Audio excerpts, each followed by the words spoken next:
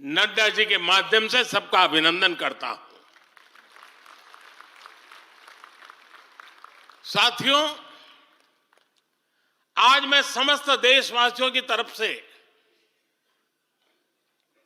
संत शिरोमणि आचार्य श्री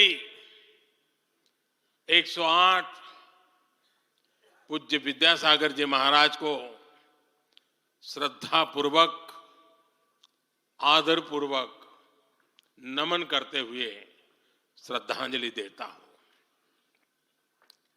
उनके संलेखन समाधिस्थ होने की सूचना मिलने के बाद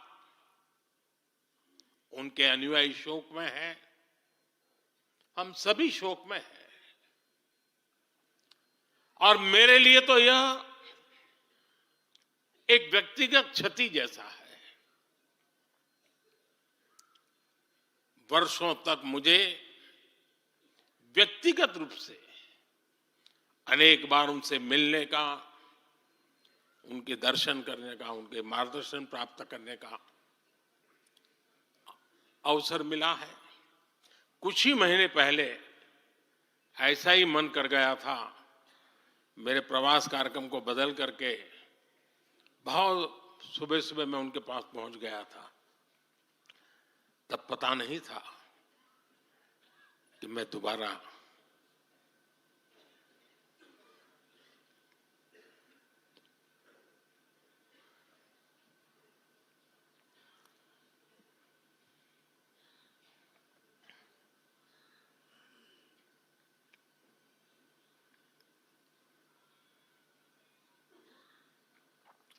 उनके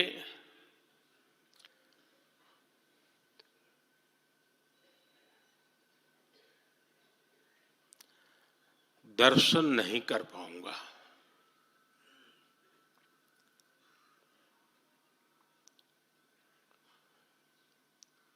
ये मेरा सौभाग्य रहा है कि पिछले 50 से भी ज्यादा वर्षों से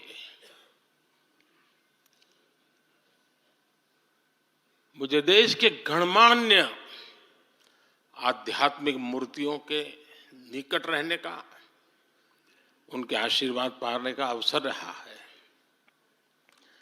और इसलिए मैं उस आध्यात्मिक जगत की उस शक्ति को भलीभांति जानता हूं, समझता हूं, अनुभव करता हूं। आपको सुनकर के आश्चर्य होगा कि वे तो दिगंबर परंपरा से थे। उनका जीवन कैसा होता है हम जानते हैं, लेकिन शायद ही कोई ऐसी महत्वपूर्ण घटना ऐसी नहीं होगी या मेरी तरफ से कुछ महत्वपूर्ण किसी काम में मेरा संबंध आया हो, 24 घंटे के भीतर भीतर उसका एनालिसिस करके मुझे उनका संदेश आता था। यानी कितने जागरूक थे।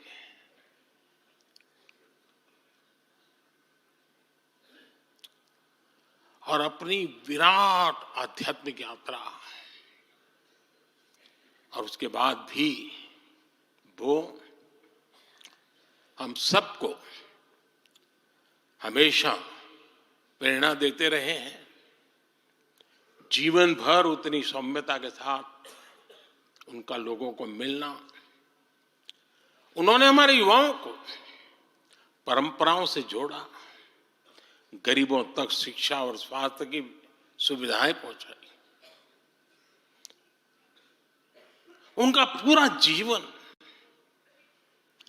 उस व्यक्ति के लिए प्रेरणा जैसा है जिसने गरीबों और वंचितों के लिए काम करने का संकल्प लिया है।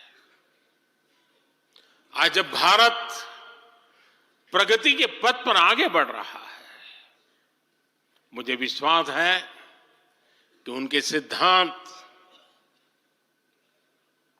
और उनका आशीर्वाद ऐसे ही भारत भूमि को प्रेरणा देता रहेंगे।